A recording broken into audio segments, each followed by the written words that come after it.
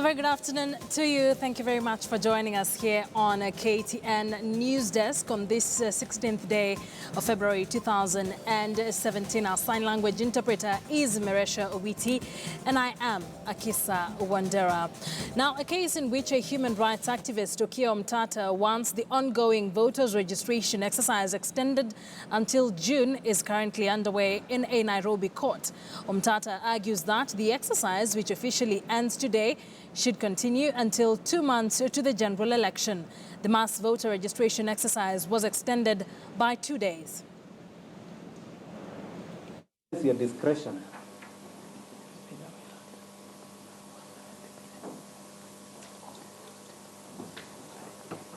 Using the totality of the argument we have presented and decline to allow prayer number 2 of the application.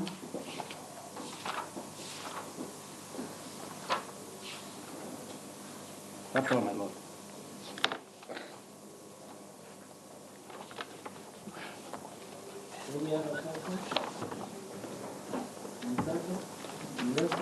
Yes, my lord.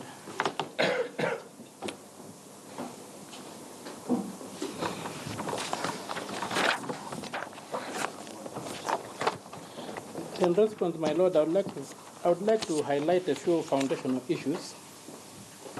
I would like to refer the court to Article 19 of the Constitution, which talks about the Bill of Rights being an integral part of the state and the basis for social, economic, and cultural policies,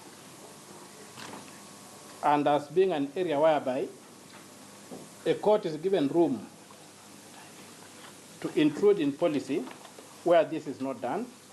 So you cannot say that the court is barred from the province of policy. Policy must accord to the law.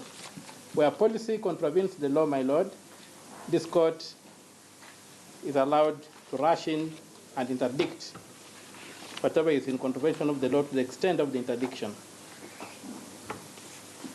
My lord, I'll also quickly highlight Article 20, which says that the Bill of Rights binds all state organs and all persons. And Article 21, which places the obligation, 21 paragraph 1, which places the obligation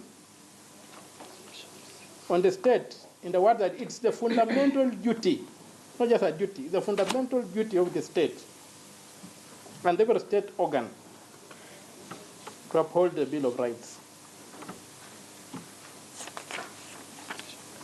And a state has to undertake legislative policy and other measures, including the setting of standards, whatever, to achieve. That's for Article 43. Doesn't apply here, I'm sorry.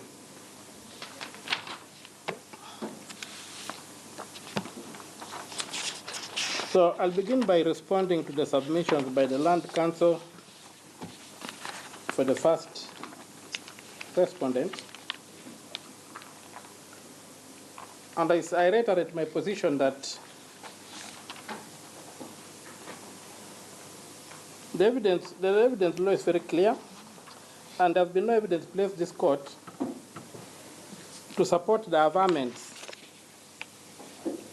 in the replying affidavit that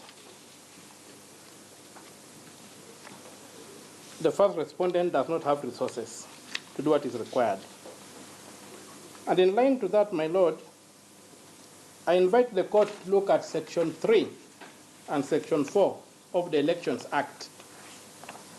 And within those two sections is the framework that requires Sections 3 and 4. 3 and 4 of the Elections Act.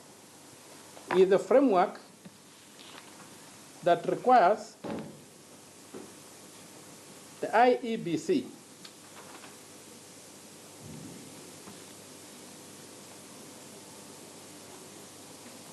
to conduct the voter registration at the grassroots level, not at the constituency office. So whatever they are calling mass voter registration is just an attempt to comply with that through the back door. But if I may read it, especially say Article 3, Section 3 rather, Paragraph 2.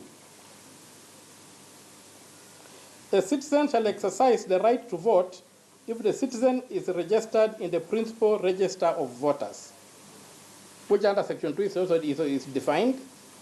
And then if you go to Section 4, the components of the principal register are laid out, my lord. They say there shall be a register to be known as the principal register of voters, which shall comprise of A, a poll register in respect of every polling station, a ward register in respect of every ward, a constituency register in respect of every constituency, a county register in respect of every county, and a register of voters residing outside Kenya. So when you look at it, it becomes unreasonable that the point of collecting data is the constituency level for you to generate a polling station register. The logical thing, my lord, is for the polling station register to be the primary point of recruitment.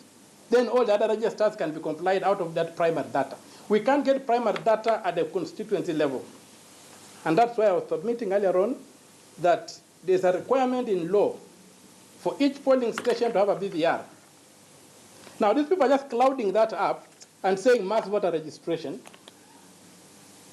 and then doing it at the ward level